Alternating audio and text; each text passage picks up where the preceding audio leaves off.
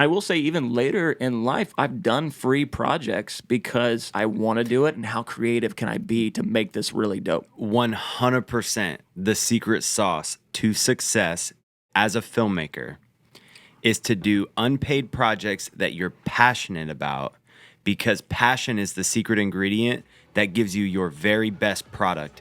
And that very first passion project that I ever created was literally what got us connected.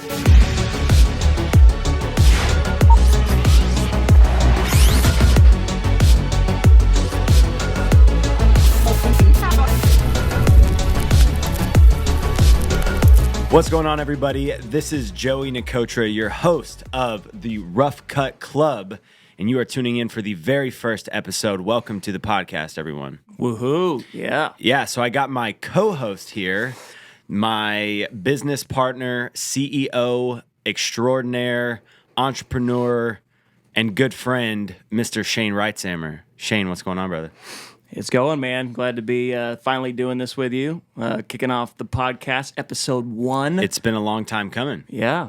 We're gonna figure it out, make it up as we go, and hopefully give some good content. Hopefully. We've been talking about doing this podcast now for probably over a year, and it's been sitting on the back burner, but we wanted to finally take some time to jump into this thing and provide some value for filmmakers, get connected with everyone, and see if we can do a podcast properly. So it's good to be here.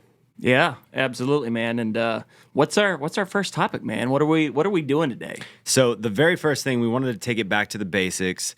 Talk a little bit about our story, just getting started as filmmakers, because I know there's a lot of y'all out there who are also getting started as filmmakers, trying to build a business, trying to build your craft. And we wanted to talk about our story, take it back to when we were getting started as filmmakers, so that hopefully it could help somebody else who's also getting started as well. So yeah, we're gonna have to dig deep in the archives here for this Yes. guy. I think I started filmmaking back, I guess, professionally in 2010 when I launched Cinema Story, the company. Yep. But, I was filming back in high school, skateboard videos, concerts, whatever, short films in the backyard. What was some of your first projects? So I actually got started through skateboarding as well. I actually typically was in front of the camera instead of behind the camera operating, and I grew up making skate videos and learning how to get into Final Cut 7. That was my intro. We were still transcoding tape to our NLE system, and it was slow and in real time, and it was rough. And then we finally moved into the digital space. But I started out in skateboarding, making skate videos, and then that's how I carried on. And for the young generation that's listening or watching this right now, tape was literally like a device you put into a camcorder, and it had this material that ran through 2 wheels and recorded the video image onto the tape. I just wanted to clarify because, everything's digital now, bro, and it's crazy. Yes, we both grew up in that tape generation, man. Yep, it's wild. So, moving through, when was and I'm struggling to remember, but what was the first time you got paid to make something for somebody in filmmaking, in the video production world? I think I did a car detailing video, and I think I got paid $125 in total to shoot and edit it. And I was like, hey, I'm making it as a filmmaker right now. I got my first rack, we're good. And I shot and edited the whole thing, and that was the first paid project for me. Man, if we could find that video and we'd put it down in the comments somewhere, and Joey probably doesn't want it seen, but maybe even just a screenshot pops up, because that's got to be a classic. I remember the first time I got paid $500 for shooting and editing a video, and I thought I had reached Mount Everest and that I could climb no higher in my filmmaking career. And that was a bigger moment for me than getting my first paid job. I think getting my first $500, it felt like that was it. Man, the joys, just talking, looking back, the journey is so much fun, man. It's so fun. Especially when you get to the other side of it and you're looking back in retrospect, man, that was a struggle, but it was such a beautiful time growing as an artist, as a business person, and as a young entrepreneur. And now we're all jaded. We're like, I don't want to get out of bed unless I make X amount of money. Yeah. You know? So Here we are. It's funny. Yeah. What about you, man? Gosh, I think my first paid gig was I was working in the restaurant industry still. I graduated film school. I don't think I got paid for anything before that. And, you know, I was like, well, this is it. I'm going to be bartending, bar managing forever. And this guy came in and was trying to sell video to the restaurant that I was managing. And the owner came out, talked to him, and said, we got a film guy here. We don't need that, you know? And I'm like, okay, like, I don't, you know, do it professionally. And the guy said, hey, let's talk. Like, I'd like you to work for us. And so I started doing a side hustle. I don't even remember what I got paid, but it was on tape. I was shooting on tape. I went to little businesses and restaurants around town. And so I think my first one, I think it was laser hair removal. Whoa. That's actually kind of a big deal for a first project. Yeah, I think it was that, or it was... making it to medical right out the gate. Yeah, man. And there was a couple of other projects like a restaurant and stuff. I can't remember which one was first. This is circa like 2010 or 11. But yeah, on tape, cutting it into Final Cut Pro 7. Yep. And you know, putting voiceover in, and you know, I probably made $150. I don't know. You know, it was way back in the day. That's cool, man. Well, even prior to getting paid projects, there's a huge mountain when you're getting started as a filmmaker of unpaid projects that you do, which I kind of want to dive into because a lot of people getting started in the industry are like, hey, how do I do this? How do I make a living? And I think it actually, you know, for me and most of the people that I know, in order to make a living doing this and to make a good living, there's a lot of unpaid work that goes into prior to making that first buck. And I was going to see, like, tell me a little bit about your journey just in the unpaid part of becoming an artist and a filmmaker that kind of helped, you know, get you to where you're at right now. Yeah, I mean, I think that's such a great point because I think a lot of people say, you know, you graduate college and you're like, I'm going to make money doing this. And, you know, back in 2009 when I graduated, they said only 10% of you are still going to be in the industry. So you better go, you know, find a sales job somewhere. You know, that was it. And so everybody either went to LA, New York, or you got into news. And I didn't want to do any of those things. And so I started my own company. And to start your own company, you have to do a lot of free stuff, right? You have to prove yourself because nobody wants to portfolio. Yeah, nobody wants to hire you to shoot that car detailing commercial or the laser hair removal without some proof of work, right? And so, you know, practice. That was the big thing. Like, I mean, it goes back to our skateboard video days, right? You know, we were doing it for fun, but it was also practice and storytelling. Yeah. And so you kind of started to build that portfolio work. And I will say even later in life, I've done free projects because I don't have a case study sample of that type of project. Yeah. And it's I'll be honest, sometimes they're even more rewarding than getting paid 100% for the project because money isn't the issue. You're not thinking, well, I'm working this many hours and this day rate and man, I'm getting stretched here and this, you know, I've got to hit this deadline. It's like, I'm doing this because I want to do it and how creative can I be to make this really dope? 100%. The secret sauce to success as a filmmaker is to do unpaid projects that you're passionate about because passion is the secret ingredient that gives you your very best product. And that very first passion project that I ever created was literally what got us connected. Mm-hmm. It was like someone saw something that I would have never had enough, you know, financial resources to do if I didn't do it on my own. And you were like, hey, this is kind of cool. I want to work with this dude. And that was how I got started, was by making projects that I would never be able to get paid for. Yeah, that's true. That's right. When I saw your work, a lot of it was just passion. 100%. 100% projects. Yeah. I don't even think you saw a client project at the time. And because we got connected super early on. Yeah. Like when I was right out of college and I was still doing passion projects, and that was the portfolio that I built to get my first work with other people. Yep, that's true. Well, for people that are just starting out, I think this is a big thing. I see this on like forums all the time, and it's highly debated. But would you say that gear matters more when you're starting out, or training? Right? Is it the camera? Is it the filmmaker? Well, I'll say this: it's definitely not the gear, and especially in the world that we live in today, like, where everything is done on an iPhone, and sometimes it's even preferred in the social content space. You can get started with just your phone and make a living doing video nowadays, which was not the case when we started. Yeah, there's filmmakers out there with iPhones putting our production companies out of jobs. Totally. And I got hired even last year to do a full production day with just my iPhone.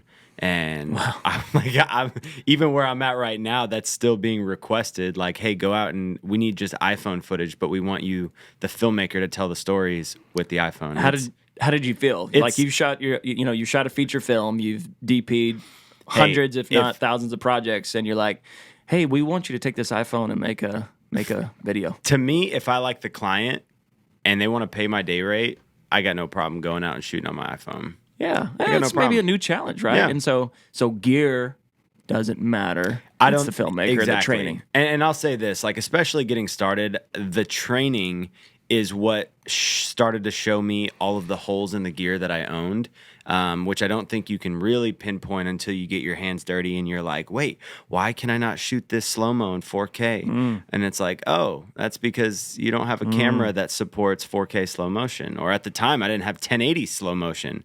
Yep. The camera was maxed at 1080 30p. Yep. And it was like, well, I can't do slow motion unless I go to 720. And that was where I was like, okay, so now I need nicer gear if I want to have like a 1080 slow motion image. Or it was like, hey, why isn't, and at the time I was trying to use autofocus. It's like, why isn't this autofocus working? It's like, well, you have a $300 camera, bro. Your autofocus is not going to work for video. Garbage. Yeah. It's garbage. And you're like, wait, why can't I get the background blurry? And it's like, oh, well, you have a lens that stops at like 5.6. Yeah. You start learning why you can't get the images that you want out of the gear that you have. But I think just from a storytelling perspective, you learn how to tell a story. You can tell a beautiful story with an iPhone and just get started right now. But once you really start getting into like mastering your craft, there's a certain level at which you need like an X amount of gear, but the gear doesn't matter to be a great filmmaker and a storyteller. I 100% agree. And I like to say the project determines the gear, right? Yeah. So, for example, even that project, which I don't know anything about it, but there was a reason they wanted it on the iPhone or on the... Well, it was a social media campaign. Yeah. So the project determines the gear. 100%. And the experience determines the filmmaker that you pick for that position. Yep. And so if you go back to that debate, gear doesn't matter because you can always level up or rent or get the right gear for the project, but you can't always get the experience. And so you need to constantly be doing the training, constantly practicing, getting the experience, doing the passion projects, so that when that project does arise, you know what you're doing. Yeah. You've had some on-set experience, and you can get the right gear. As I want to say Will Smith said, preparation has to meet opportunity. And you have to do so much work in advance getting prepared for the opportunities that come up when you're a young filmmaker trying to break into the game. And if you haven't dealt with, XYZ before, you're setting yourself up to fail when a client's money is on the line instead of when you're doing your own passion project. So, yeah, I agree. It's good, man. So, again, for those who are like starting out, how do you start making good content, right? Because I'll admit, there's a lot of filmmakers out there. It's very saturated. Everybody is a filmmaker now because you have access in your pocket, your phone. How can people start leveling up and making good content as a brand new filmmaker? How do you do it, Joey? So I like to think of myself as a glass half full kind of guy. However, in this with this question, I'm a somewhat negative. I have a somewhat negative viewpoint on this, where I think you almost have to go into it with the expectation that you're not going to make good content right out the gate. Like, I have never heard of a filmmaker who said my very first project is something that I'm super, super proud of and would love to show everybody once they're 5 years into the game. For me, I don't really want you to see anything that I did the first 3 years of being a filmmaker, maybe 4 years of being a filmmaker, because once you keep climbing, you get embarrassed by those first, the projects that you're learning on. And so there's almost an expectation that the first several years, like first 1,000 days as a filmmaker, you are gonna make subpar content. And that's my negative viewpoint on it, but I don't know anyone who's come, there will be projects that you're proud of, no doubt, and huge levels up in growth, but like you have to go into it knowing that this is a marathon, not a sprint. This is a long-term investment of your time. You're shaping yourself as an artist. Like even, athletes, like they weren't amazing athletes the first 3 years. Like musicians, like yes, there's super talented musicians, but you don't get to become a super talented musician until you've put 10,000 hours in. And so I think you got to be ready for the climb of the 10,000 hours pursuit. Because you need all that experience, which is why, going back to your previous point, that experience is so much more valuable because you're climbing faster to that 10,000 hour point quicker. You know what I mean? Yeah. So I think if summarize what you're saying, and I agree with it, is practice. 100%. You got to. And be okay to fail and look back and laugh. Because, I'll agree with you, man. I don't want anybody seeing the first stuff I did. No. And again, we should put on like an event or something where, I think this was your idea, the last business meeting we had, but put on an event where we show our very first work in like a public space and be really embarrassed, but we were also going to call really it transparent. The cringies. The cringies. The cringies, because we all have cringy projects. I love it. I'm also very scared about that. Horrified. And now that I don't, to be transparent, I don't shoot that much anymore, right? Yeah. So I look back. It's like I have no cringy work that I've ever done. Yeah, well, no, I look back 2 or 3 years. I'm like, I don't even want y'all to see that because we've got so many talented DPs and filmmakers that work for us and with us that I'm like, I don't want to share any of my stuff, man. Like, you guys are killing it. Let me keep producing and directing. You keep rocking the camera. And I'll say, going back to that question, that was kind of like that's the viewpoint on, like, I'll say that's the mindset. You just have to be ready for the adversity that comes with becoming an artist, because it's not an easy thing to start making really great art in a world full of really, really talented artists. With the level that things are at now, like, there is a lot of competition. It is a dog-eat-dog world. People are really pushing the boundaries of what's possible as filmmakers with the stuff that's coming out nowadays, and to be able to do it without a studio, right? Like what we can do now with the one-man band used to take, an army of people not even that many years ago. And with where we're at right now, if you have the mindset of, I am going to keep working hard, I'm going to keep striving to become better, then eventually you'll get there. But it is a pursuit. And so to start making good content, you have to have the right mindset going into it. Yeah. Which is that it's going to be hard, but well, and I would add this too. So it's the practice, it's the mindset, Totally. It's looking back and not being like worried about, you're always going to level up. Your next project is going to be your best project, right? But I think also the big thing to always remember is like research, right? 100%. There's the saying, everything is copy. Right. And that's a marketing term. Everything is copy. And it's true. And it's in film as well. Yeah. Everything is original in some extent, but it is a copy of something else. And so it's great to start collecting YouTube videos. It's great to start collecting Instagram, people that you look up to on Instagram and watching their content and then even mimicking it, right? Yep. This guy puts out a product video about coffee beans. Let me try to do something. Right. Maybe I'll change it up and it's, I don't know, lima beans. I don't know, but you make it a little different and you try to shoot it and make it look cool. And that's the practice. But I think you've got to remember to do you want to have good practice, right? Totally. You want to have good coaches, right? These athletes that go out and train, they don't just go, keep swinging the bat at the ball and missing. They want to know how to have the proper technique. And so training is important. And I think we're going to do a whole podcast on, the debate between film school and is it worth it? But we won't get into that right now. But I would say, practice, training, and don't be worried about your last project. Be excited about your next project. 100%. And I'll add this to it too while we're still on the topic. One, to your point, you have to be a self-motivated, lifelong learner of the craft. Facts. Like, always a student of the game. I am still a student of the game, still studying, like, religiously, daily, everything that I'm consuming. If it's just a movie I'm watching with my wife, if it is content I'm consuming on social media, if it is me going out and training, like, I am always a student of the game to this day. The other thing that I would say is, if you fall, like, once you fall in love with learning, find a mentor. Mentors are a huge way to leapfrog the competition to get started as a filmmaker. And for those that don't know Shane and myself, Shane has been a mentor to me for a long time, especially getting started. Gave me my first opportunity right out of film school to start making money, to stop looking for individual jobs and just have a production company that was investing into me as I helped them get content and do shoots. But having somebody who's gone before you, who can kind of say, hey, instead of wasting 1,000 of those hours trying to figure out this the hard way, here's the secret code, like, here's the cheat codes to leveling up quicker so that you can just focus on this path instead of go down this one in the wrong direction, or fumble your way through for a long time.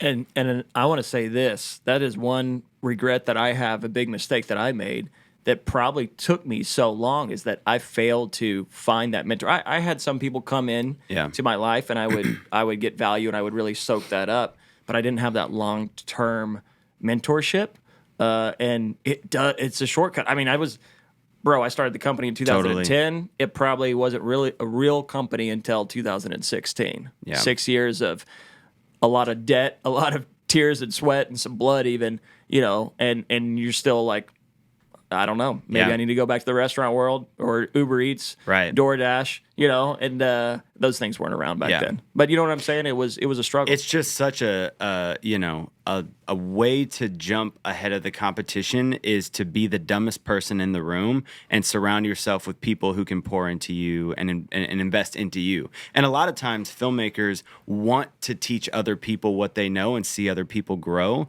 Like, when I have younger filmmakers around me, the first thing that I want to do is be like, hey, like, there's a better way.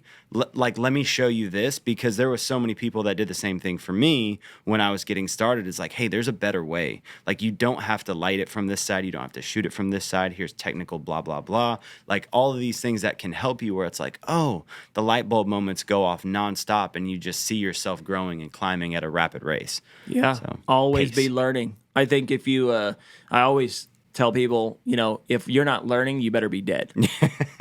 Dang.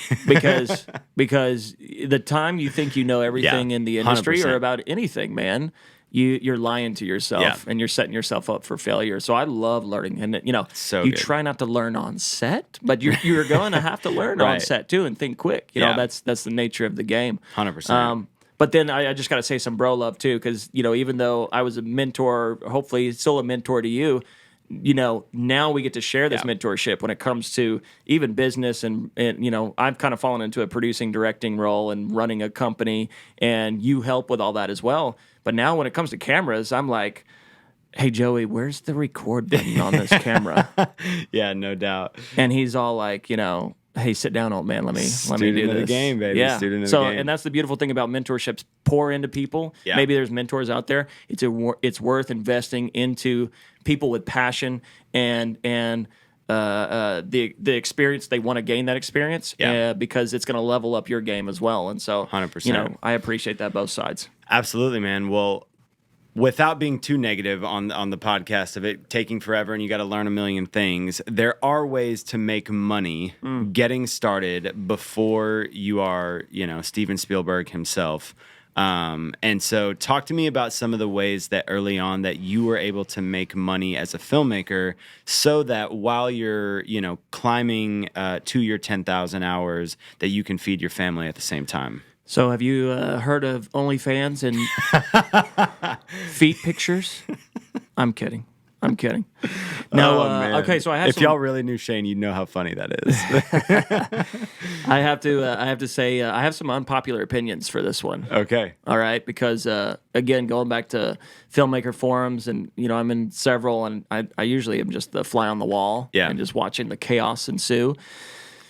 But you start off by working on projects at small rates. Yeah. And all the old guys in the forums are going to be like, "You're killing the industry. It's Race the to race the to the bottom." bottom." Yep. And I'm like, let me say this, and I've said it in the forums before.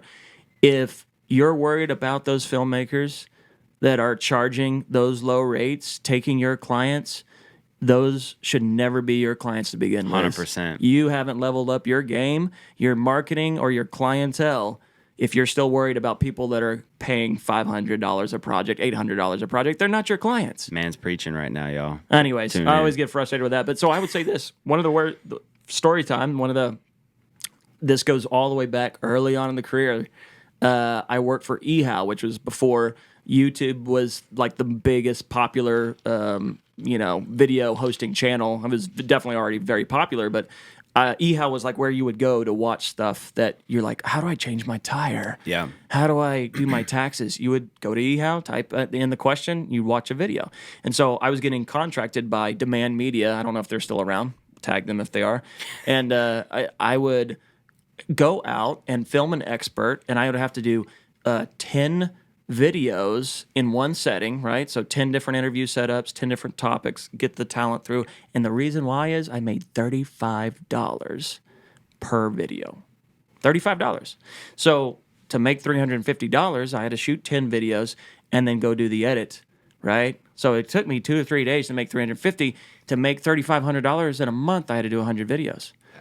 Wow. I did that for a long time. I made 900 videos for Demand Media. That's crazy. Okay, I don't know what the math is on that, but it wasn't a lot of money, especially over time. But I started off small, and I will say it's okay to do that because 100%. One, you're building experience, like we talked about. Yep. 10,000 hours. 10,000 hours for sure.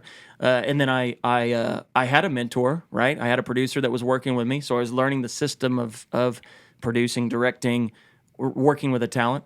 And I got tons of practice with it, right? 900 videos. And then the other part was the over time, okay, you have to develop formulas. Yeah. All right? Because you go, and this has helped us at Cinema Story figure out formulas and processes because I go, man, $35 isn't a lot, but I'll take it. And I'm going to, what can I gain more than just the money from this, right? I have to pay bills. I have to keep the electricity on. But what else can I gain? And I learned how to formulate the edit, right? So I could go faster in the edit because I needed to do 100 videos a month. And that's a lot of shoot days, a lot of edits. And I also understood how to work with talent and formulate that experience, right? I know how to get them relaxed, mic them up. Mm-hmm. Okay, here, walk through this. Like, let's not waste time. Let's get through each question and topic, shoot my B-roll. Everything was a formula. So get started by being okay with accepting those low-paying projects. Yeah. Don't worry about what the old guys say. Now, the goal is to level up, right, by experience, by learning how to do things better. And that's what I did at eHow. I brought in drone. They had never seen drone in their videos before. And this is Phantom 1, bro, with the GoPro that shook like this, right? And they were like, this is the coolest thing. And now we look back on it, it's probably banned from YouTube for how bad of the quality it was. I try to level up stuff and experiment so that then I took those videos and showed there was a swim school that we did the questions at, okay, like these the 10 topics with the swim school teachers, and then I talked to the owner. I said, hey, do y'all need a commercial shot or anything like that? I started working with the swim school not too long after that, and so these small opportunities can turn into big opportunities that paid way more. And so that's why it's worth it to do the unpaid work, right? Like what we just talked about. But my biggest takeaway, I guess, and I want to hear your side as well and how it's for you, but don't be afraid of what the old dudes are saying. Try not to stay in the race to the bottom gang. It's a great starting place, but it's not a long-term But don't pursuit. be afraid of it. Yeah, don't be afraid of it. Yeah. Get your feet wet. Well, and I mean, to your point, I did so much underpaid work getting started on the climb up. but there's a saying that I'm sure everyone or most people have heard. You feed a man a fish, you feed him once. Teach a man to fish, you feed him for life. And when you go out and you're looking for clients and you're trying to pick them off like one by one, it's some months are super slow, some months are great. It's a really slow game to build your clientele.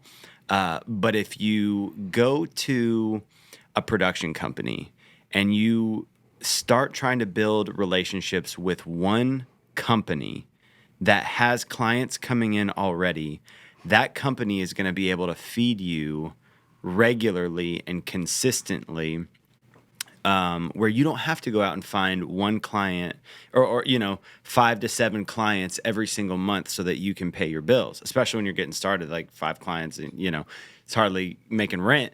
But if you can find a company when you're getting started that is already bringing in the money, they're already doing the marketing, they're doing the producing, they're negotiating higher rates for you, they already have, an infrastructure of a website and, a clientele. If I go and network with one production company, that company is going to give me X amount of jobs for the year. If I do that with 5 companies, where now I have 5 big client pools off just 5 conversations, like 5 networking opportunities, I can get fed as a filmmaker for the year, being the go-to guy for the production company, which is what initially happened with us. Like, you already had clients. I was really struggling to get my own clients. I was getting a handful here and there, maybe like 10 a year at best. Like my first year, I was like once a month maybe. I'd get one person who wanted to give me a couple $100. But if I could just once I built the relationship with the company, it was like, oh, now I'm starting to get, 5 to 10 projects a month, which is what I could do on my own in just 30 days. And so for me getting started as a filmmaker, if you can network, like send out 20 emails a day to everyone in your city, to every production company, DP, director, producer that you can find on social media, on LinkedIn, on Facebook, on Twitter, on Craigslist. I don't care where they're at. If you send the emails 20 a day for 2 weeks, you are going to stay significantly busier than you would on your own for the rest of that year. Man, it's brilliant. No, it's more than 2 cents, man. That's $1 million. It adds up. And it's crazy because I remember when you first told me that, I was just like, dang, why didn't I do that back in 2009 and 10 when I graduated? Well, there wasn't a lot of film coming. A lot has changed, right? Totally. It was, again, like I said, it was go to news, go to LA, go to New York. Now there's a lot of production companies. And when you told me that, it was like a light bulb moment. I was like, oh my gosh. So 100%, I think that is the number one route for people to go. Get into the networks with the production companies, man. They're out there doing the marketing. They're out there doing, building the infrastructure. They're covering the insurance. They're covering all the overhead. If you can, and you want to be a filmmaker and you want to get in the work, right, it's the way to do it. Well, and I think when I was getting started, like that first year, I think I got to like 5 or 6 like pretty decently sized production companies that I became their go-to guy for a project on. And my books were full. Like I remember like having conversations with my friends, like, bro, I'm working too much. Like I'm so tired of never having a day off. And it was like frustrating, like just 5 or 6 companies and like a couple, hit or miss clients here and there, like year round slammed. And that was me getting started. And I was like, well, work has never been easier to find. Like I don't market, I don't network, I don't do it. Like I got 5. Yeah, Joey, he still says that to me every once in a while. Man, I don't have a whole day off in October, and I'm like, bro, be thankful, bro. It's blessed. It's feast or famine, man. That's right. Yeah. And then January hits, and we go, hey, where's those $35 projects? I'll take one right now. Seriously, yeah. I don't know what it is, but January and February are always our slowest months. Q1, man. Q1, no one wants to spend, but that's okay. We'll change that. So, okay, we got to move on. That is a wealth of knowledge, though, man. But consistent, how do you get consistent work? And I think you kind of answered that in that. I mean, being a consistent asset to these production companies, you're gonna continue to get work, right? And then hopefully you get connected with Cinema Story or somebody that I like, hey, I want you to be busy all the time with Cinema Story, right? And so Yeah. we've kind of pipelined a lot of the work, but you still freelance out. Totally. You know? He keeps his book busy, and we have to share calendars because I'm like, Joey, Yeah. why are you cheating on Cinema Story? I need you on this date. Well, one of the things that I'll add to, networking with production companies is people have to, like when you're getting started, people have to know you as the filmmaker. And you have to brand yourself as whatever you are. If you're an editor, if you're a DP, if you're a director, if you're a producer, if you're your own production company, like you have to get started branding yourself and putting your work out there and saying, hey, this is what I do. Like, here's, posting all my free projects. Here's behind the scenes on those free projects. Like, people are going to, over time, get to know you as a filmmaker. And so when people that you haven't even spoken to in years have something come up, you're top of mind because you are constantly saying, hey, look at me, I make videos. And so I get hit up all the time. I actually have one of my biggest clients came from somebody who I knew 7 years ago, hadn't spoken to him in almost a decade, and they knew me as a filmmaker from not who I was when I knew them, but who I was now with the stuff that I share online, and they're one of my biggest clients to this day. I think we got to do a whole podcast on personal branding as a 100%. filmmaker because 100%. I think you've got a lot of case study experience, and so I would just real quick, let's not go too deep into Sure. this, but how important is it to put your content out on social media and be present? Man, I'll be honest. I am not the very best in the world at self-marketing. I still do it. I would definitely call myself an active social media person, but I know that there's room for improvement. But it is, I kick myself all the time because I'm not better at it, because I think it is one of the most important things that you can do as a filmmaker in today's day and age, especially if you struggle with getting clients and you're not posting on social media, like you're digging your own grave. And you have to be showing the work that you're doing, you behind the scenes. People have to know what you're capable of doing from a branding stance before you ever get hit up for work in that area. Yeah, it's like Nike or anything else, top of mind, right? Top of mind. That's why you see their commercial. Apple, you see the commercials everywhere, right? Yep. Banner, poster, social media, and so social media is a free way to do that. 100%. Constantly, right? It's and so free you marketing. said when a production company sees, oh man, there's Joey on a feature film. Oh, there's Joey just practicing with his equipment at Yeah. home. He's doing a flat lay of his gear. Look at the new gear he's added. It's all important for those producers and directors or production companies because they Yeah. go, oh, top of mind. Yep. This guy's busy. This guy's active. Yep. Let me reach out to him. Top of mind. Yeah. Definitely. Love it, man. Well, I know we got to wrap up the podcast here pretty soon. Is there anything else that you want to add to getting started as a young filmmaker trying to break into the game that you think would really help level them up, that would just really take their careers to the next level? Man, I think we've covered. I think we've covered so much of it, and I would ask you as the younger generation filmmaker, what would be the one thing if you had to tell somebody today, the one thing that they could do today to get started? Like, what would be like number one, out the door? This is what you need to do. Step one. I will say one of the things that helped me the most, like, you got to have mindset. You gotta be ready for the climb. You got to be ready to learn. You got to do all the things that we've talked about. But one of the things that I think really gave me an edge and helped me as a filmmaker was making entire projects by myself. It taught me a little bit about what to do as a shooter, as an editor, as getting audio. If I ever wanted to incorporate special effects, if I needed to learn this program, if I needed to fly a drone, like I wanted to be the guy that was maybe not an expert in all trades, but I had done them at some point because it made me a well-rounded filmmaker. And so now, like I can run audio if I need to. I don't, but I can. I can fly a drone. I can edit. I can shoot. I can do these things. And if you want to be a shooter, if you want to be a DP, if you want to light and gaff or whatever, like if you've done all of the roles, you have the experience of what's needed in that circumstance, and that gives you a huge edge on the competition, and it allows you especially if you're a shooter, to shoot for the edit in mind.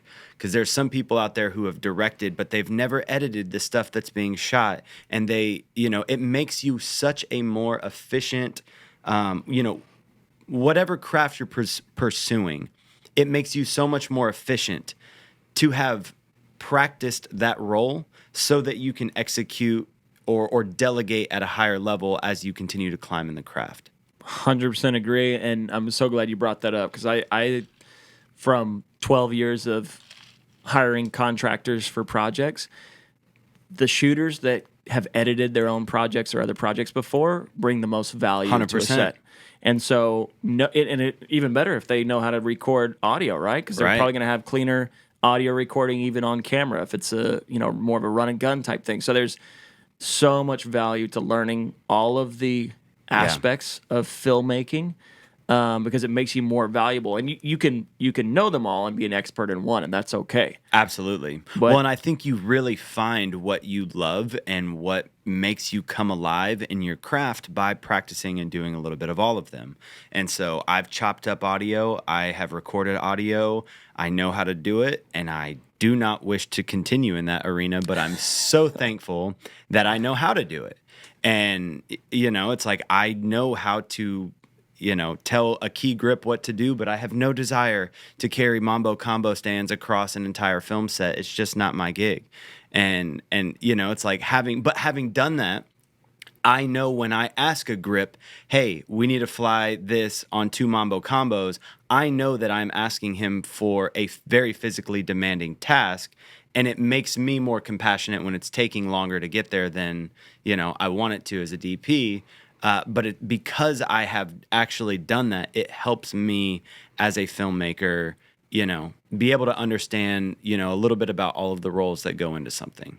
Yeah, and bring more value to it. Right. Just like the shooter and the editor thing, shooting for the edit, it's so important. And so that's the great part that you mentioned about, compassion. And I think, this is a whole nother topic that we could go into, but your on-set etiquette, right? Yeah. How that goes, the experience is everything. 100%. I've worked with Everything. crews from LA. I've worked with local production companies. I've worked all over the country. I've worked internationally. And, man, I'm telling you, the experience, like I got paid great money and said, I'll never do that project again because I didn't Absolutely. like the people and the Right. experience. So I would say, as one more last point is, as you are becoming a filmmaker, remember the compassion part, remember the professionalism part and the Totally. experience. And I think you said this at the beginning, but the being self-motivated, right? You should never be sitting down on set with a cell phone. Right. You should be always the first guy asking, as you're leveling up, as you're a PA, as you're a first AC, hey, what do you need? How can I help? Can I carry this? Can I set this up for you? What can I do? Right? Those are the people that we call over and over again on our projects, because sometimes it might be annoying. I'm like, hey, bro, slow down. We're waiting on the Yeah. mambo combo stand to be set up. But Yeah. why don't you go and see if you can help G&E? Right. It's great. So being proactive on set and learning all the different roles, man, puts you way ahead 100%. of people. Yeah, man. Well, I think this has been a super, super enlightening podcast just for, it's great to hear your come up story, getting started as a filmmaker. And I know there's people out there that, this is the cheat code 101. And it's like, if you don't hear anything, like, just start shooting, just start creating projects, just start and being ready to fail. It's going to get you, to where you're trying to get to. And so, and if you have any other questions getting started as a filmmaker, Shane and myself are always available to be reached and contacted to help everyone else level up in their craft as well. We love pouring into other young filmmakers and whatnot. And so if you do have questions getting started, we're happy to answer those. And we'll soon be doing a podcast just on your questions. So Absolutely. We'll put our little maybe social media handles down here or something, and reach out, DM us, comment, follow. We love to get connected. We love to encourage the next batch of filmmakers. And like we said, we got to keep leveling up our game. for sure. Every day is training day. Absolutely. Let's do it. Awesome, man. Great episode.